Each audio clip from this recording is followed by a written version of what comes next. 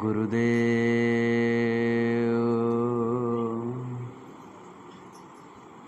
परम पूज्य परम संत बाबा जय गुरुदेव जी महाराज के चरणों में कोटान कोटि बार नमन प्रणाम करते हुए यह विनय विनती करते हैं कि हम सभी की जीवात्माओं को इस काल माया के देश से निकाल करके अपने निजधाम सतलोक सचखंड ले चलें।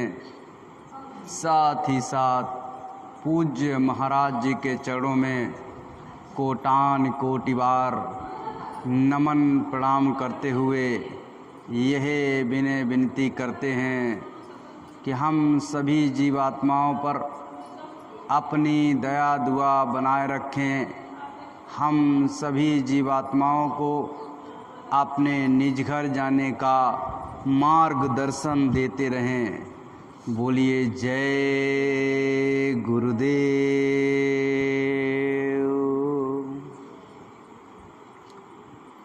प्रेमी भाई बहनों, हम और आप इस पराये देश में आकर के फंस गए। यह मृत्यु लोक, जहाँ पर विविध प्रकार की कठिनाइयाँ, अनेक प्रकार के सुख और दुख हमको यहाँ पर मिलते रहते। हम और आप समझते कि यहीं पे सब कुछ है। यहाँ पर क्षण मात्र के लिए, सुख के लिए हम अनंतों समय तक दुख और पीड़ाओं को भोगते। हम समझ नहीं पाए कि ये काल भगवान का विधान कैसा है। हमारी जीवात्मा इस काल के देश में आकर के फंस गई। उसने कर्मों का एक मकड़ जाल बनाया और उसमें ये जीवात्मा जब जाला बुनना प्रारंभ करती है तो वो सोचती है कि हम अपना घर बना रहे हैं और इस घर में हम रहेंगे। लेकिन प्रेमी भाई बहनों, जिसको वो बुनना प्रारंभ करती है वो नहीं जानती कि इसी में एक दिन उलझ करके हमको मृत्यु प्राप्त हो जाएगी, हम मर जाएंगे।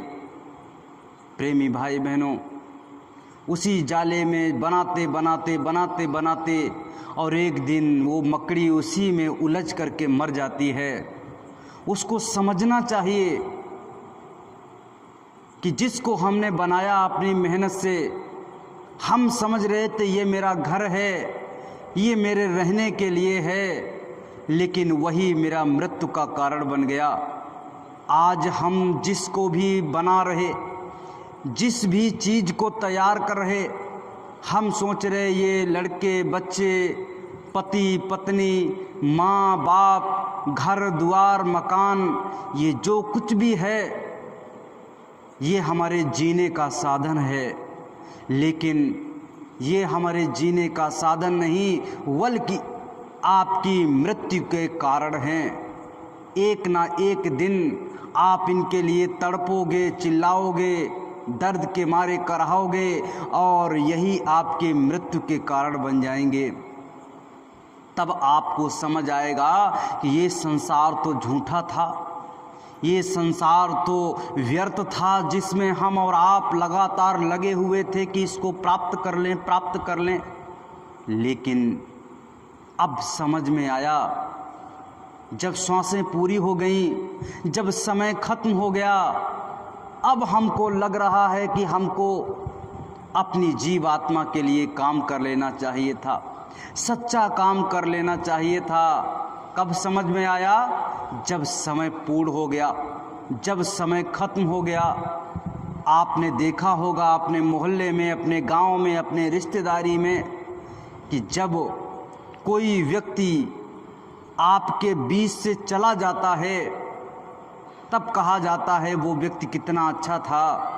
अगर वो व्यक्ति होता तो इस जगह पे इस काम को पूरा कर देता, इस रिक्त स्थान को जो है भर देता। लेकिन उसके बगैर आज ये रिक्त स्थान जो है अधूरा है, इसको कैसे भरा जाएगा, कौन भरेगा? यही बात है, हमारे पास जब समय खत्म हो जाता है, श्वासों की पूंजी समाप्त हो जाती है, तब हमें ख्याल आता है कि हमें अपनी जीवात्मा के लिए भी कुछ कर लेना चाहिए। अभी इस शरीर में कुव्वत है, अभी इस शरीर में ताकत है, तो हमको लग रहा है कि इस दुनिया में बहुत मज़े हैं, इस दुनिया में तमाम चीज़ें हैं, अभी हमारे पास बहुत समय बकाया है और हमको जो है अभी जल्दी करने की आवश्यकता नहीं है। लेकिन एक समय जब आता है कि अब आपके पास में सांसों की पूंजी नहीं, अब आपके पास में समय नहीं, अब आप क्या करते हैं? सोचते हैं कि थोड़ा सा समय अगर हमारे पास में होता तो मैं अपनी जीवात्मा के कल्याण के लिए कुछ कर लेता। लेकिन गुरु महाराज ने बताया कि समय रहते अगर आपने नहीं किया तो आपको फिर ये काल बकसने वाला नहीं है, छोड़ने वाला नहीं है। ये आपको इतनी लंबी चौड़ी सज़ा देगा, अगर आपने पूर्ण किया है तब भी आपको एक कल्पों तक आपको स्वर्ग वैकुंठ में भोग भोगाएगा और इसके बाद आपको नरक में जो है कल्पों तक जलाएगा, सड़ाएगा, गलाएगा, अत्यंत प्रकार की आपको पीड़ाएं देगा। और इसके बाद में ये 4,84,00,000 ये जो योनियां बनाई हैं, 4 खाने हैं, इनमें आपको बार बार जगह बंद करेगा। ये जो आप कीड़े देख रहे, कभी कीड़े बना देगा, कभी पेड़ बना देगा, कभी चिड़िया बना देगा, कभी गधा बना देगा, कभी गाय बना देगा, अलग अलग प्रकार से आपको यहीं पे बंद करेगा, आपको अत्यंत अलग अलग पीड़ाएं देगा। तब आप रोओगे, तड़पोगे, चिल्लाओगे कि काश जब ये मनुष्य शरीर हमको मिला था तो हमने मेहनत कर ली होती, हमने अपनी बुद्धि को सुधार लिया होता, संत महात्माओं के चरणों में चले गए होते, उनके बताए हुए वचनों पे चल गए होते, तो आज ये दिन देखने को नहीं मिलता। लेकिन हमने क्या किया? अपने समय, जब हमारे पास समय था तो उसको व्यर्थ कर दिया, उसको खो दिया। और आज जो है, आज आपके पास समय जब खत्म हो गया तो उसकी खोज कर रहे हो कि काश हमारे पास में होता। संत महात्मा कहते हैं, कर ले बादिन की तैयारी, जा दिन अंत समय आवे। कर ले बादिन की तैयारी, जा दिन अंत समय आए। संपत्ति परिवार को देखे देखे रोवे, संपत्ति परिवार को देखे देखे रोवे। कोई ना करत सहाय, कोई ना करत सहाय है प्राणी। कर ले बादिन की तैयारी, जा दिन अंत समय आए। सुतदारा परिवार सभी है, सुतदारा परिवार सभी है। करे मल मल पछताए है प्राणी।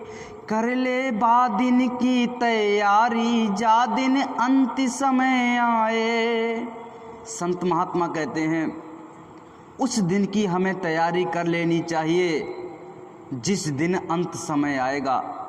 आपके पास में अभी समय है, आज से अगर मेहनत करना प्रारंभ कर दोगे, सुमिरन ध्यान भजन करना प्रारंभ कर दोगे, एक एक कदम अपने गुरु के बताए हुए रास्ते पे चलना प्रारंभ कर दोगे, तो एक समय वो आएगा कि आपकी मंजिल है जो वहाँ आप पहुँच जाओगे। अरे खरगोश की तरह नहीं भाग सकते, कोई बात नहीं, क्योंकि जो ज़्यादा भागता है वो आकर के आखिर में सो जाता है और अपने मंजिल तक नहीं पहुँचता, क्योंकि उसके अंदर में अहंकार भर जाता है कि मैं तो बहुत तेज भागता हूँ, थोड़ा आराम कर लेता हूँ। और जब आदमी आराम के लिए बैठता है तो फिर वो उठता है जब उसके पास में समय खत्म हो चुका होता है। एक कछुआ होता है, धीरे धीरे उसे मालूम है कि मैं तेज भाग नहीं सकता, धीरे धीरे मुझे चलते रहना है, तो वो अपनी दौड़ को बंद नहीं करता। जो भी उसकी चाल है, जितनी पावर है, जितनी शक्ति है, अपने पूरे पावर, अपनी पूरी शक्ति के साथ में आगे कदम बढ़ाता रहता, धीरे धीरे धीरे धीरे अपने लक्ष्य को प्राप्त कर लेता है। उसी प्रकार से हमको और आपको जो समय बताया गया, उस दिन के लिए हमें काम करना है जिस समय अंत समय आएगा। हमारे पास में अभी समय है, मेहनत करना प्रारंभ कर दीजिए। हम लोग किसके लिए रोते रहते? संपत्ति के लिए रोते रहते, धन दौलत के लिए रोते रहते, परिवार के लिए रोते रहते, और जिसके लिए रोते रहते, जब आखिर में आप इस संसार को छोड़ के जाने लगते, आपके शरीर में से वो काल भगवान के दूत प्राणों को निकालते हैं तो अत्यंत पीड़ा होती है। 900 बीछी एक बार में मार दें, इतनी पीड़ा। जब वो निकालते हैं प्राणों को, तो आप सबकी तरफ निगाह कर कर के देखते, ये हमारा बेटा खड़ा है, कितने नाजों से हमने इसको पाला, कितने दुख सह कर के हमने इसको पढ़ाया लिखाया बड़ा किया, क्या क्या हमने इसको खिलाया, इसके शरीर में ताकत रहे, स्फूर्ति रहे, लेकिन आज हमको दर्द हो रहा, आज हमको पीड़ा हो रही, तो ये हमको बचा नहीं रहा। देखो खड़ा हुआ है, हमको दर्द हो रहा लेकिन ये बचा नहीं पा रहा मुझे।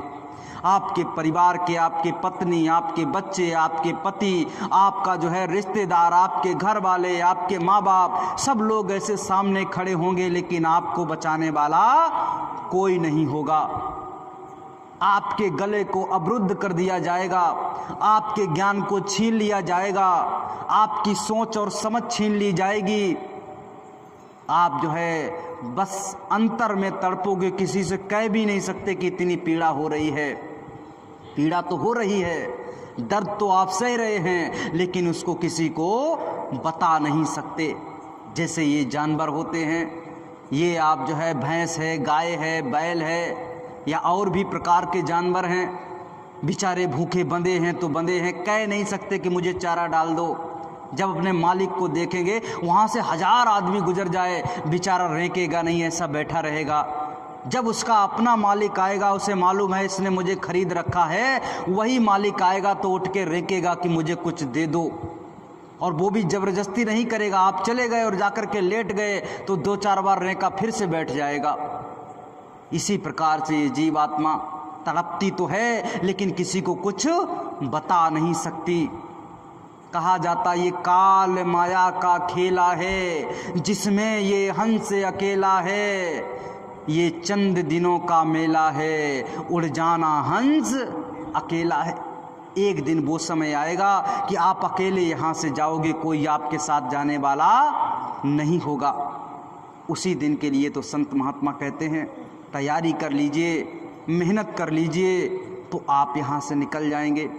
बहुत सारे लोग कहते हैं हमारा परिवार है, हमारे लोग हैं, तो मैं कैसे इस संसार में जो है मेहनत कर सकता हूँ, कैसे मैं पूजा कर सकता हूँ, मुझे बाबा जी बनना नहीं आता, मैं अपने परिवार को छोड़ दूँगा, मैं ऐसे कपड़े पहन लूँगा, बाबा जी बन जाऊँगा, तभी तो तपस्या की जा सकती है, पूजा की जा सकती है। गुरु महाराज ने कहा ये तो ऊपर का मुखौटा है जो आदमी लगा देता है, अपने कर्मों को उसके पीछे छिपाने की कोशिश करता है। आपको मुखौटा पहनने की आवश्यकता नहीं है, आपको उस परमात्मा को प्राप्त करने की आवश्यकता है। आप अपने गृहस्थ आश्रम में रहकर के भी उस परमपिता परमात्मा को प्राप्त कर सकते हो, क्योंकि आप जो जो करते हो, कर्म जो जो करेगा तू वही फिर भोग ना भरना। आप जो जो कर्म कर रहे हो, उन कर्मों का आपको भोग भोगना पड़ेगा। आपने एक दिन में 1 घंटा उस परमपिता परमात्मा को प्राप्त करने के लिए सुमिरन ध्यान भजन में दिया, तो वो 1 घंटा आपका सार्थक हो गया, वो आपका इतिहास के पन्ने में लिख गया कि आपने 1 घंटा उस परमात्मा को प्राप्त करने की कोशिश की। आपने 2 घंटा दिया तो 2 घंटा, आपने 1 मिनट दिया तो 1 मिनट। अब हमें ये तय करना है कि अपने 24 घंटे में से हम कितना समय उस परमपिता परमात्मा को प्राप्त करने में लगा रहे। बाद बाकी गुरु महाराज ने कहा 1 घंटा सुबह 1 घंटा शाम को दे दो, बहुत है। बाकी 22 घंटे आपके पास बचे हैं। अपने परिवार के लिए काम करो, अपने पेट के लिए काम करो, अपने जो भी आपकी जिम्मेदारियां हैं उन जिम्मेदारियों को निभाओ। खाओ पियो, नहाओ धो, लेटो, सो जाओ, नींद पूरी कर लो, सब कुछ करो। इस संसार के जो काम हैं उनको करो। आपके पास 22 घंटे हैं, केवल 2 ही घंटे तो उस परमपिता परमात्मा को देने हैं। लेकिन हम क्या करते, कहते कि समय नहीं है साहब, बिल्कुल समय नहीं। जब भी सुमिरन ध्यान भजन के लिए कहा जाता, जब भी खितौरा मथुरा आने के लिए कहा जाता, जब भी सत्संग में बैठने के लिए कहा जाता, कहते हैं मेरे पास समय नहीं है। मोबाइल ले लेंगे, घंटों तक रील देखते रहेंगे, घंटों तक वीडियो देखते रहेंगे, घंटों तक अगर किसी की बुराई करने को आ जाए, 4 माताएं बहनें और 4 भाई इकट्ठे हो जाएं, कोई बीजेपी की बड़ाई कर रहा, कोई मुलायम सिंह की पार्टी, समाजवादी पार्टी की बड़ाई कर रहा, अब आपस में लड़े जा रहे, घंटों लग जाएंगे उसमें। उसके लिए उनके पास समय है। एक दूसरे की बुराई करने के लिए समय है, एक दूसरे की निंदा करने के लिए समय है, एक दूसरे को नीचे गिराने के लिए समय है। लेकिन परमपिता परमात्मा को प्राप्त करने के लिए जिसने ये जीवन दिया, जिसने ये शरीर दिया, जिसने ये हमको और आपको इस संसार में रहने के लिए दिया, खाने के लिए दिया, माँ बाप दिए रहने खाने के लिए, आपको घर द्वार दे दिया, पीने के लिए पानी दे दिया, आपको रोशनी दे दी, ये हवा चला दी, ऑक्सीजन दे दी, ये सब कुछ आपको दे दिया। उसके लिए हमारे पास में समय नहीं है, और समय बड़ा कीमती होता है। कहा गया एक दिन भाजी गए श्री कृष्ण आधी रात, और एक दिना कंस को पछाड़ दियो छिन में। वही कृष्ण भगवान एक दिन अर्ध रात्र में अपने जेल से उनको उनके पिता अपने टोकरी में रख करके और जमुना पार करके नंद बाबा के घर में छोड़ आए थे। आधी रात में भाग गए। शक्ति तो वही थी, वही कृष्ण भगवान थे। एक दिन आधी रात में भाग गए जेल से, और एक दिन उसी मथुरा में पुनः वापस आने के बाद में कंस को एक क्षण में पछाड़ दिया, मार दिया, खत्म कर दिया। कहा गया एक दिना भाजी गए श्री कृष्ण आधी रात, एक दिना कंस को पछाड़ दियो छिन में। एक दिना रावण ने काल बांध्यो पाटी से, और एक दिना 10 शीश पड़े रहे रण में।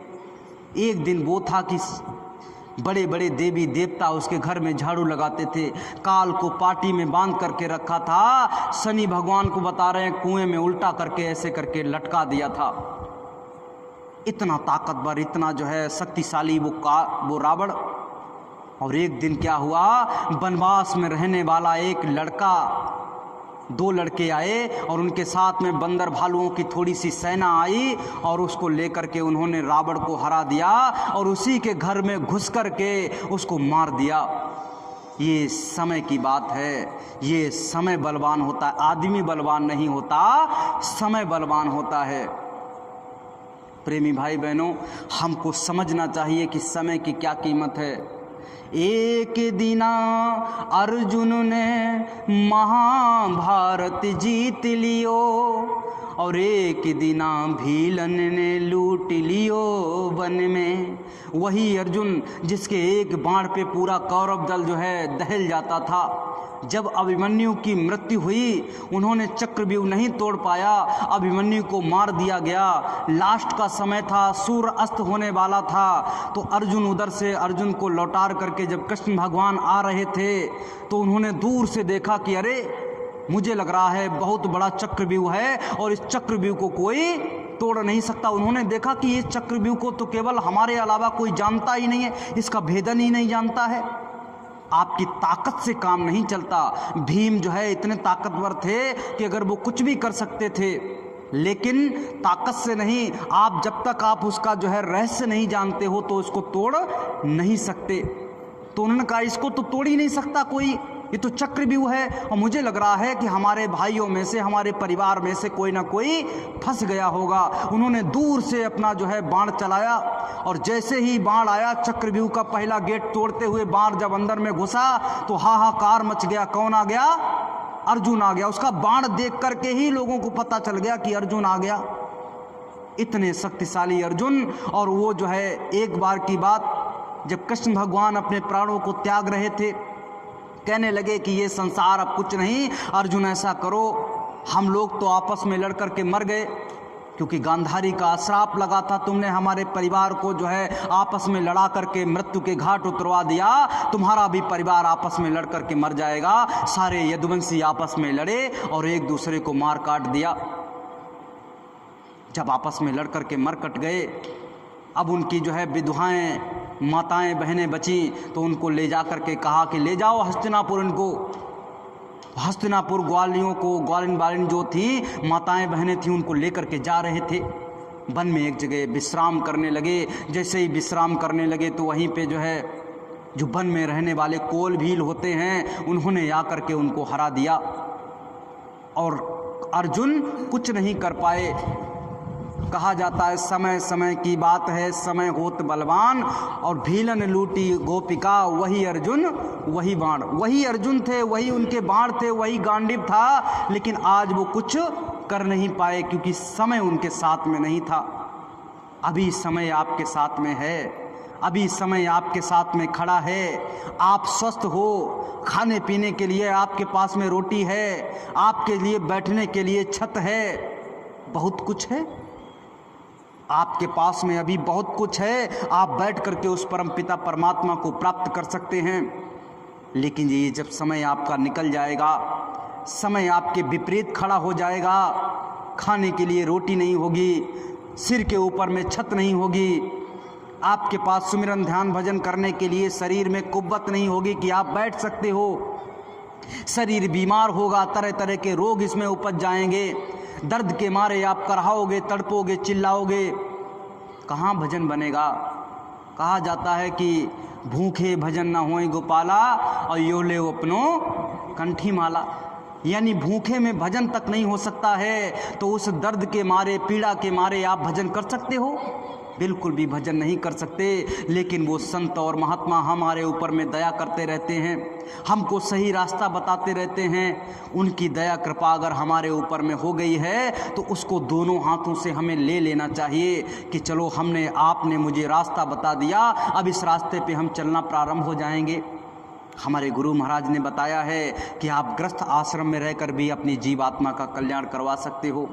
एक बार की बात है, किसान था, गृहस्थ आश्रम में रहता था, पत्नी थी, माँ बाप थे, बच्चे थे, पूरा परिवार था। वहाँ पे सब लोग बैठे हुए थे घर में। वो रोज नित्य प्रति हल से खेत को जोतता, काम करता, और काम करने के बाद में क्या करता, बहुत सारा जो है काम करने के बाद में आता, घर पे थक जाता, तो 1 घंटा सुबह और 1 घंटा शाम को उस परमात्मा का भजन करता कि हे परमात्मा, तूने ही तो ये सब कुछ मुझे दिया है।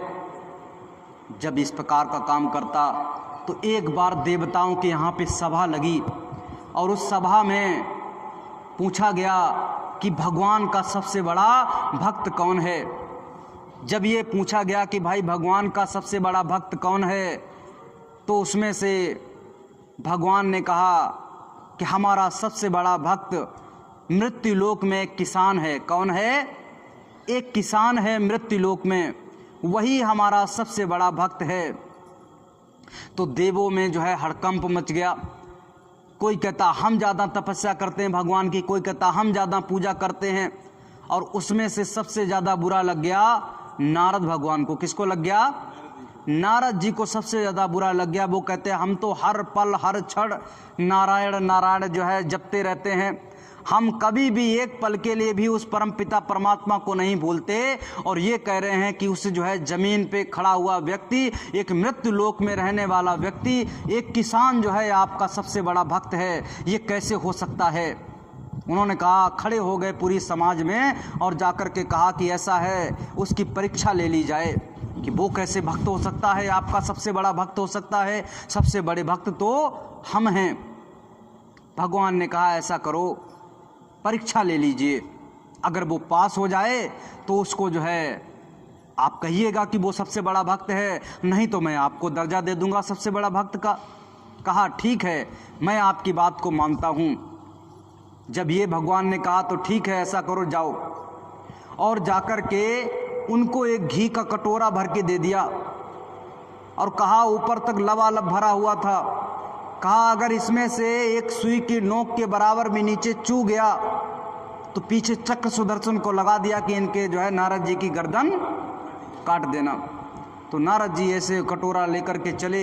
अब उनका पूरा ध्यान उस कटोरे पे कि मृत्यु लोक की एक परिक्रमा लगा करके भगवान के पास में वापस आना है। और उन्होंने परिक्रमा लगाना शुरू किया और लौट करके भगवान के पास में आ गए कि लो महाराज, एक भी सुई के नोक के बराबर भी आपका घी नीचे नहीं गिरा। वो समझ रहे थे कि अगर नहीं गिरेगा तो मैं सबसे बड़ा भक्त बन जाऊंगा।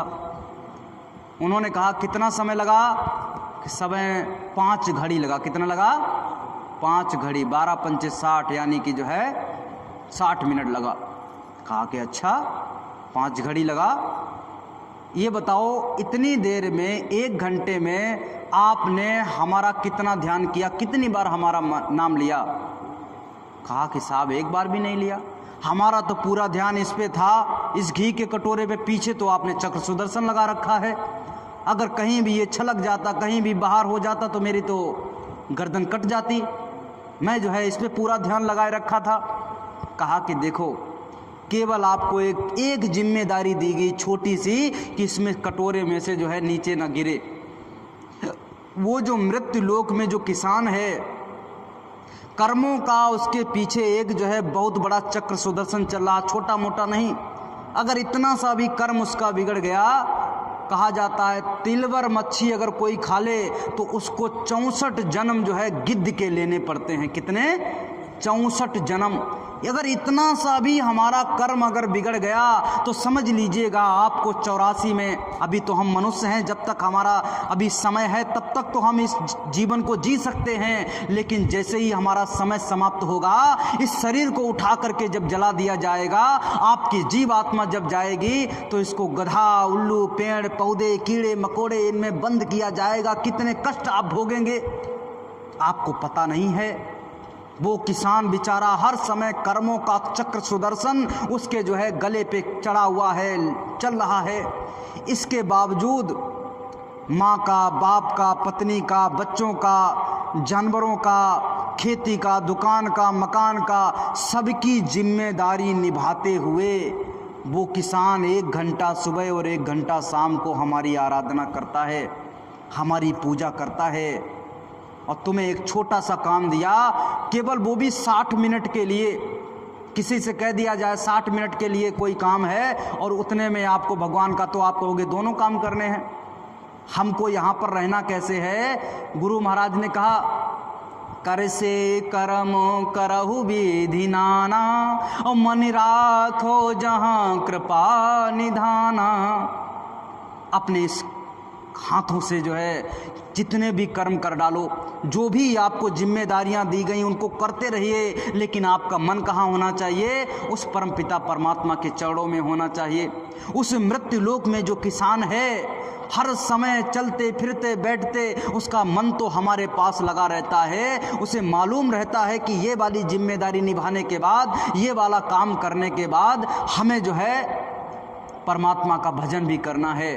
जैसे हमको और आपको बताया गया कि गृहस्थ आश्रम में आप रहते हुए, अपना काम धाम करते हुए, आए गए अतिथों का, मेहमानों का सम्मान करते हुए, अपने बाल बच्चों, पत्नी, माँ बाप की सेवा करते हुए 1 घंटा सुबह 1 घंटा शाम को उस परमपिता परमात्मा के चरणों में लगाना है, जैसे आपको बताया गया है। आप ये सारे काम करते हुए, सारी जिम्मेदारियां निभाते हुए उस परमपिता परमात्मा के चरणों में अगर बैठ करके उसकी आराधना कर रहे हो तो समझ लीजिएगा आप बहुत आगे निकल गए। गुरु महाराज ने एक बार अपने सत्संग के वचनों में बताया कि जो व्यक्ति विरक्त हो जाता है, जो व्यक्ति इस संसार को छोड़ देता है, यानी कि वो अपनी मेहनत करके इसीलिए तो कहा गया इस आश्रम में एक बार बना दिया जाता, कहा जाता आप भजन करो, केवल भजन करो, कुछ करना ही नहीं है। इसमें सेवा क्यों बनवाई गई? सुबह शाम दोपहर रात जब भी सेवा होती है आपको सेवा करवाई जाती है, और इसके बाद कहा जाता है सुमिरन ध्यान भजन के लिए घंटी भी लगती है कि सुमिरन ध्यान भजन भी कीजिए। क्यों? क्योंकि आपसे सेवा इसलिए करवाई जाती है क्योंकि आप जो खा रहे हो, जो आपका खर्चा बर्चा, जो आप जो है पहन रहे ओढ़ रहे, उसके लिए जो खर्चा आपको मिल रहा, उसका क्या होता है, आपके ऊपर कर्मों का आवरण ना चढ़े। और आपके ऊपर आपने क्या किया, कर्मों का आवरण अपने ऊपर चढ़ा लिया, आपने ऊपर बोझा चढ़ा लिया, और इसके बाद में आप उसको उतारने की कोशिश कर रहे। मान के चलिएगा अपने ऊपर आपने 2 किलो बोझा रोज़ चढ़ा रहे हो और आप 1 किलो बोझा उतार रहे हो, तो 1 किलो बोझा रोज़ का आपका प्लस हो रहा है ना। 30 दिन में 30 किलो बोझा आपने लाद लिया और आप सोच रहे हो कि मैं उतार रहा हूँ। आपने तो लाद लिया, आपने 2 किलो लादा और 1 किलो उतार दिया। आपने 2 किलो लादा, 1 किलो उतार दिया, 1 किलो तो आपके ऊपर रह ही गया ना हर दिन का, तो डेली आपके ऊपर 1 किलो बोझा रह गया। गुरु महाराज ने तो कहा कि आप अगर 1 किलो बोझा लाद रहे हो, मेहनत करो कि 2 किलो बोझा उतरे, तभी तो 1 किलो डेली माइनस होगा। इसी प्रकार से हमें काम करना है कि हमारा डेली का डेली, रोज का रोज कुछ बोझा कम होता चला, क्योंकि आप जो कर्म करते हो तो उससे कुछ कर्म बनते भी हैं, और उसी से आप जब सुमिरन ध्यान भजन करते हो तो उससे कुछ कर्म आपके खत्म भी होते चले जाते हैं, और पाप और पुण्य दोनों प्रकार के कर्म खत्म होते हैं। इसी प्रकार से उस भगवान ने कहा कि ये जो मृत्यु लोक में इंसान रह रहे हैं, ये जो किसान रह रहे हैं, अपनी जिम्मेदारियों को निभाते हुए, अपने परिवार की देखभाल करते हुए उस परमपिता परमात्मा की जो है आराधना करते हैं, साधना करते हैं, इसलिए ये आगे हैं। और आप लोग क्या करते हो? कुछ काम धाम तो है नहीं। आपने पुण्य प्राप्त किया, आपको देव शरीर मिल गया। पुण्य के बाद में क्या मिलता है?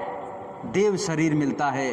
देव शरीर लिंग शरीर होता है, उसमें आपको तरह तरह के भोग मिलते हैं, तरह तरह की आपको वहाँ पर महल मिलेंगे उसमें रहने खाने के लिए। क्यों? जैसे मान के चलिएगा आपने खूब कमाया पैसा और कमा के आपने बैंक में भर दिया, अब उस बैंक में से खूब निकाल के खाओ। जब तक उसमें पैसा है तब तक निकाल के खाओ, आपको कोई रोकने टोकने वाला नहीं है। लेकिन जब आपका समाप्त हो जाएगा, फिर वो जो है, जो वहाँ पर मैनेजर बैठा हुआ है, वो कह देगा भैया आपका पैसा समाप्त हो गया, 0 बैलेंस हो गया, अब आप जो है आप यहाँ से 1 पैसा निकाल नहीं सकते। इसी प्रकार से आप जो है वहाँ पर जब आपका पूर्ण जो है छीण हो जाएगा, पूर्ण छीणे मृत्यु लोके, जब आपका पूर्ण खत्म हो जाएगा तो आपका क्या होगा? वहाँ से निकाल करके इस संसार में आपको डाल दिया जाएगा कि लीजिए अब आप अपने फिर से जो है कर्मों को कीजिए, अच्छे और बुरे जैसे जैसे कर्म करोगे फिर से मैं आपको क्या दूंगा? आपको सजा दूंगा और आपको तरह तरह के भोग दूंगा। इसी प्रकार से ये संसार है, इस संसार के नियम हैं। इस संसार में हमको जो है ये जो शरीर मिल गया है, ये जो मनुष्य शरीर है, ये मंदिर है। क्या है?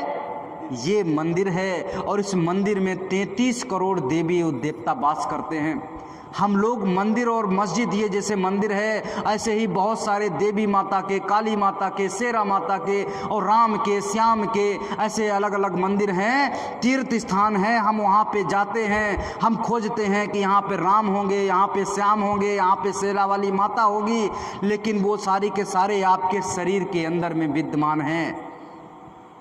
हम उनको जो है बाहर ढूंढ रहे हैं, लेकिन वो हैं कहाँ पे? अंदर में हैं। एक बार की बात है, एक सासू माँ थी और वो अपने साथ में जो है नई बहू आई उनकी, तो अपने साथ में उनको ले गई। बहू उनकी बड़ा सम्मान करती थी।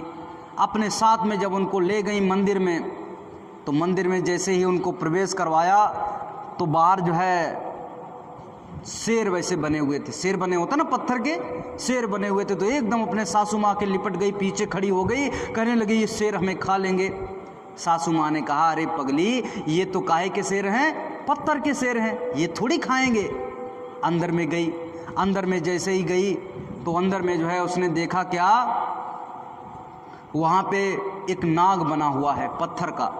तो एकदम जो है फिर से अपने सासू माँ के पीछे लिपट गई, कहने लगी कि नाग हमें खा लेगा। फिर से उन्होंने समझाया, अरे पगली, ये तो काय का पत्थर का नाग है, ये नहीं खाएगा। आगे में गई, आगे में जैसे ही और गई तो वहाँ पे नंदी बाबा बने हुए, सींग ऐसे बड़े बड़े। तो उनका ये तो जो है नादिया बाबा ये हमको मार देंगे। कहने लगी, ये तो पत्थर के, ये नहीं मारेंगे। आगे में और गई तो एक पत्थर की मूर्ति बहुत बड़ी बनी, काहे कि दुर्गा माता की, ऐसे करके जो है सारे हाथ उसमें बने, चक्र सुदर्शन सब लिए खड़ी। तो उन्होंने कहा कि ऐसा करो बेटी, ऐसा करो, थाल में जो पुए पकवान लाई हो सारे के सारे देवी माता को खिलाओ। तो अब जो है बोलने की बारी किसकी थी? उस बहू की थी। बहू कहने लगी, सासू माता ये बताओ, जब वो पत्थर का शेर हमें खा नहीं सकता है, पत्थर का नाग हमें खा नहीं सकता है, पत्थर का नादिया बाबा हमें मार नहीं सकता है, तो ये बताओ, ये पत्थर की मूर्ति को हम कहाँ से इसको खिलाएं? बताओ कहाँ से ये खाएगी? ये हलवा पूड़ी पकवान मीठे जो कुछ बना के लाई हैं, ये कहाँ से खाएगी? कहाँ से खिलाएं इसको? सासू माँ का एकदम मुंह बंद हो गया।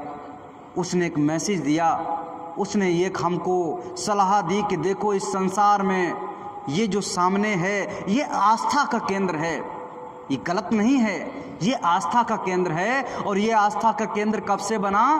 जब भगवान व्यास ने देखा कि धर्म लुप्त होता चला जा रहा है, तब उन्होंने जो है मूर्ति बनवाई बड़ी बड़ी और कहा, इनकी आंखों में देखते रहना, जब आपकी निगाह टिक जाए तो ऊपर के पलके बंद करना और अंदर में आपकी आंख खुल जाएगी, आपको उस परमात्मा का दर्शन हो जाएगा। लेकिन हमने कुछ दिनों तक तो उनकी बात को माना। बाद में क्या किया? कहा कि एक मूर्ति की पूजा तो करनी है। उन्होंने मूर्ति की पूजा बताई है, तो ऐसा छोटी छोटी पत्थर लाए और मूर्तिकार बुलाए और छोटी छोटी मूर्तियां बनवाई। जगह जगह पे ऐसे पिरामिड थे जो उस समय के सबसे जो है धार्मिक स्थान माने जाते थे, उसी में मूर्तियों को स्थापना करवा दिया और उसको नाम दे दिया मंदिर का। काहे का नाम दे दिया? मंदिर का नाम दे दिया। उसमें पत्थर की छोटी छोटी मूर्तियां रखवा ली और हम लोग समझने लगे वो आस्था का केंद्र था, वो आपके लिए एक आस्था का केंद्र बनवाया गया था। लेकिन असली मंदिर कौन है? ये मनुष्य शरीर, ये 5 तत्व का जो मनुष्य शरीर है, इसमें 33 करोड़ देवी देवता वास करते हैं और इसी में जो है वो परमपिता परमात्मा आपको प्राप्त होगा। अगर उसको खोजना चाहते हो, उस परमात्मा को पाना चाहते हो, तो इसी मनुष्य शरीर के अंदर में वो हमको मिलेगा, बाहर कहीं भी वो मिलने वाला नहीं है। मीराबाई जी को देखिए, बचपन से, जब से वो 7 साल की थी, तब से वो जो है कृष्ण भगवान को मानना शुरू कर दिया। आज दुनिया के लोग कहते हैं कि वो जो है किसकी पूजा करती थी?